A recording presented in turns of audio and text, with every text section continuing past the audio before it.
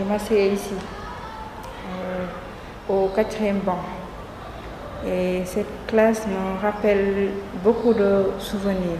C'est là que démarre le cauchemar de Aïssatou Lamarana Diallo. La lycéenne se souvient de cette mauvaise expérience dans les moindres détails. En pleine cours, j'étais tellement concentrée et Madame Gay, celle qui s'occupe de nos papiers, elle est venue ici, je l'ai vue à travers les vitres, les fenêtres et j'ai senti que ça n'allait pas. Elle m'a informé que l'office du bac a catégoriquement rejeté mon dossier. Cela signifie que je ne vais plus pouvoir faire le bac. Elle me l'a annoncé comme ça. La jeune Aïcha a vécu le même sort. J'ai donné mon extrait pour avoir un autre. On a regardé, on a dit que cet extrait est fictif. J'ai dit, comment ça, fictif? En quête d'un nouvel extrait de naissance, elle s'est retrouvée mêlée à une affaire de trafic d'actes d'état civil. D'après ce qu'ils m'ont expliqué, les parents, ma mère, elle m'a dit qu'on habitait dans une même maison, cette monsieur-là. Elle avait promis ma mère qu'elle travaille à l'état civil, qu'elle pourra prendre en charge pour que je puisse en avoir. Parce que j'avais des extraits, mais je l'avais perdu. C'est en ce moment que mes parents devraient déposer un certificat de perte, mais elle n'en savait rien. Comme pour plusieurs de ses camarades, c'est le début d'un long calvaire pour la jeune fille.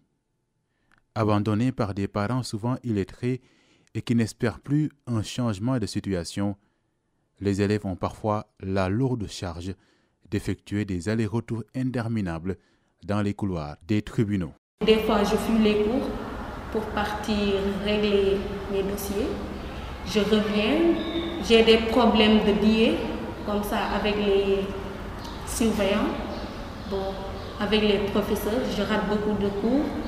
Après, je me suis calmée, mais c'était un peu difficile pour moi de continuer à me concentrer. J'avais personne à mes côtés à me soutenir. Mes parents me disaient tout le temps d'arrêter les études. J'apprends pour rien vu que j'ai pas d'extrait.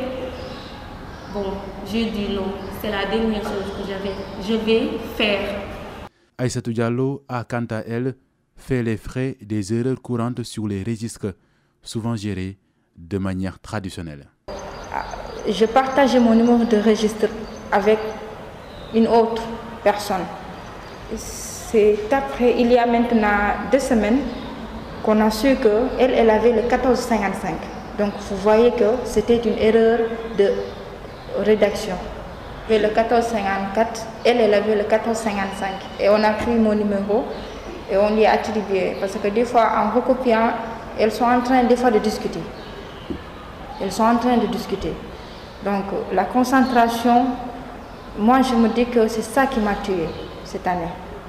Les élèves empêchés de passer leur examen partagent les mêmes difficultés, mais pour des raisons différentes. Erreurs, falsification, perte de documents, fraude sur l'âge ou quelquefois la naïveté des parents, comme ceux de Kumba. Tout a commencé lorsque je faisais l'entrée en 6e. Comme j'étais avec ma grand-mère, moi aussi pendant ce temps, je n'étais pas mature.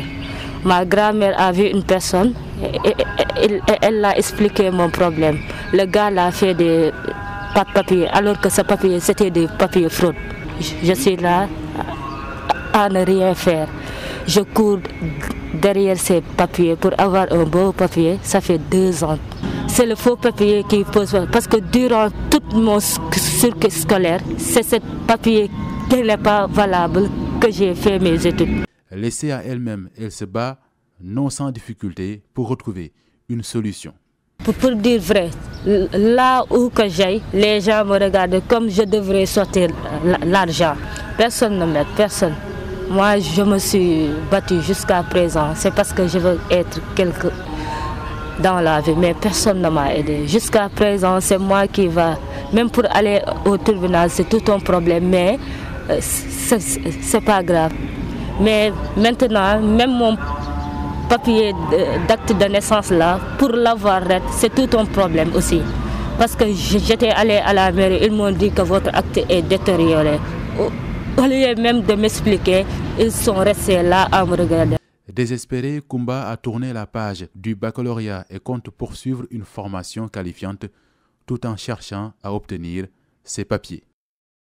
Fatima Saoussar, proviseur du lycée Kennedy, connaît bien les conséquences des problèmes d'état civil pour les élèves.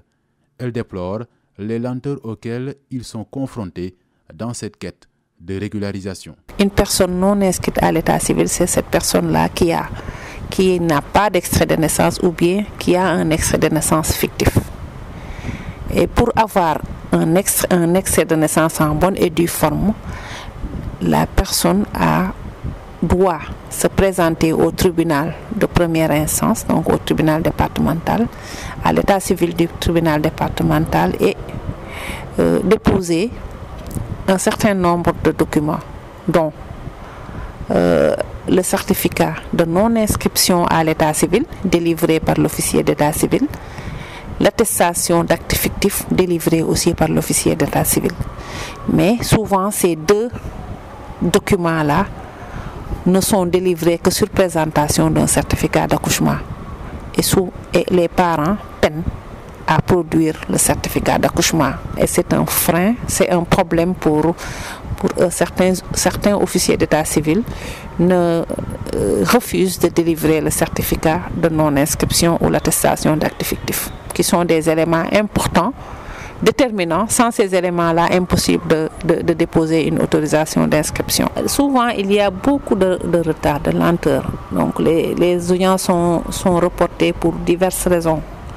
Parce que les dossiers sont nombreux à l'état civil, parce qu'il y a souvent des grèves du SYTJUST, ou bien un témoin ne s'est pas présenté, ou bien le parent est fatigué d'aller au tribunal, à d'autres activités. Donc pour diverses raisons, les audiences peuvent être reportées et ça impacte la scolarité des élèves. La plainte de la proviseure du lycée Kennedy est partagée par ses collègues. Koumba Niang est secrétaire général de l'amicale des chefs d'établissement du secondaire au Sénégal. Il y a beaucoup de lenteurs administratives. Parce que moi, je ne peux pas comprendre que pour disposer d'un papier au niveau des tribunaux, vous êtes obligé de faire pratiquement 1 an pour en disposer.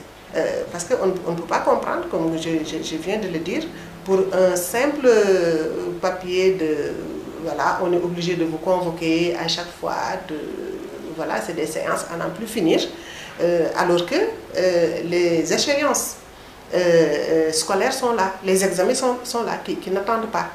Les problèmes liés à l'état civil se révèlent tardivement, car dans les différentes classes d'examen, outre que la terminale, le contrôle n'est pas forcément effectif. Aïssatou Sy est proviseur du lycée Lamine Gueye de Dakar. Au niveau de nos structures, nous n'avons pas la possibilité de vérifier la légalité des extraits de naissance. Il n'y a que l'office du bac qui peut le faire. Donc vous voyez un élève qui fait le BFEM avec son extrait, qui vient jusqu'au bac, qui dépose. Arrivé au niveau de l'office du bac, c'est là-bas où on vérifie, la vérification se fait, et qui se rend compte que son extrait n'est pas valable. Le temps d'informer l'élève, il a peu de temps pour aller chercher un bon extrait, parce que c'est tout un processus. L'année dernière, nous avons vécu pareille situation. Notre meilleur élève de S1, qui était très jeune, 17 ans, ne pouvait pas faire le bac. Avec sa sœur, qui était en première L2, sa grande sœur, lui était en terminale S1, tous les deux n'ont pas fait le bac à cause de ce problème. Pour Koumba Niang, il est nécessaire que les deux ministères de l'Éducation et de l'Enseignement supérieur collaborent pour trouver une solution définitive. Elle regrette le défaut de coordination au niveau de l'État. On a comme l'impression qu'il n'y a pas assez de link entre les deux pour travailler en synergie. Parce qu'au niveau du ministère de l'Éducation nationale, l'élève présente un papier pour faire son CFE. Entre-temps, il aura changé d'état civil, il vient, il présente, on passe. Mais arrivé au baccalauréat, ils vous disent qu'ils ont besoin de l'acte avec lequel il a fait le CFE. S'il faut régler ce problème, il nous faut nous permettre de pouvoir détecter déjà l'état civil qui est normal et celui-là qui n'est pas normal. Nous ne pouvons nous impliquer que si nous avons des moyens de contrôle ou de détection. Nous n'avons pas ces moyens-là. Il faudrait également communiquer avec les parents qu'entre la classe de 6e et la classe de terminale, c'est un risque que de changer, c'est les jugements, de faire subir un jugement à son enfant. Nafi Gueye dirige l'association J'existe, qui milite pour l'inscription des enfants à l'état civil. Elle déplore le laxisme de l'État. Moi, ça me sidère en fait. Ça me sidère parce que j'ai l'impression que le gouvernement fait exprès de renvoyer le problème. Parce que quand chaque année on a le même problème d'état civil qui revient et qu'à chaque fois le ministre sort pour donner une autorisation à tous ses élèves de faire leur examen, sans un système de suivi derrière qui les accompagne dans la régularisation, pour moi c'est repousser le problème. Parce que ça va toujours les rattraper.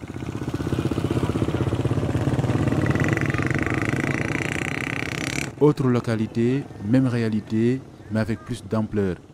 À Médina Yoro Fula, l'inspection de l'éducation a même choisi de détacher l'enseignant Mamadou Salif Baldé dans un bureau du tribunal départemental pour accompagner les élèves et les parents. En 8 ans, le bureau état civil de Médina Yoro Fula a régularisé en collaboration avec le tribunal départemental de Kolda 16 280 jugements. Ici, la problématique est exacerbée par les retards de déclaration des enfants, à cause notamment des accouchements à domicile. C'est un département vaste et c'est un département qui est aussi enclavé. Donc si on prend l'exemple de Djaba, entre Djaba et le poste de santé, c'est 50 km. Et c'est de la forêt qui est là-bas. Donc l'accès est difficile. Et puis aussi parfois, c'est l'éloignement des villages au chef-lieu de commune. Parfois, si c'est tellement éloigné et que l'intéressé, il va une fois là-bas, il ne trouve pas un agent, il revient. Après il dit demain, après-demain, c'est comme ça que l'enfant va dépasser 1 an. Donc si l'enfant dépasse les 1 an, donc le parent sera obligé de patienter et d'attendre les foraines pour que son enfant ait un accès. Alors que les parents sont souvent pointés du doigt, ces pères de famille habitants de Djanao ou Assadou à la frontière avec la Guinée évoquent les contraintes de déclaration des enfants à l'état civil. C'est une réalité ici. C'est très difficile d'établir un acte de naissance pour les enfants. Entre notre village et le chef-lieu de la commune, il faut parcourir une longue distance alors qu'on nous fait faire plusieurs allers-retours en vain durant des journées. On rencontre d'énormes difficultés pour obtenir des pièces d'état civil pour les enfants. L'État du Sénégal espère apporter une solution aux défis liés à l'état civil pour les élèves. Dans sa stratégie de lutte contre le phénomène, le ministère de l'Éducation entend organiser de manière périodique des audiences foraines pour faciliter la tâche aux parents et élèves en quête de régularisation.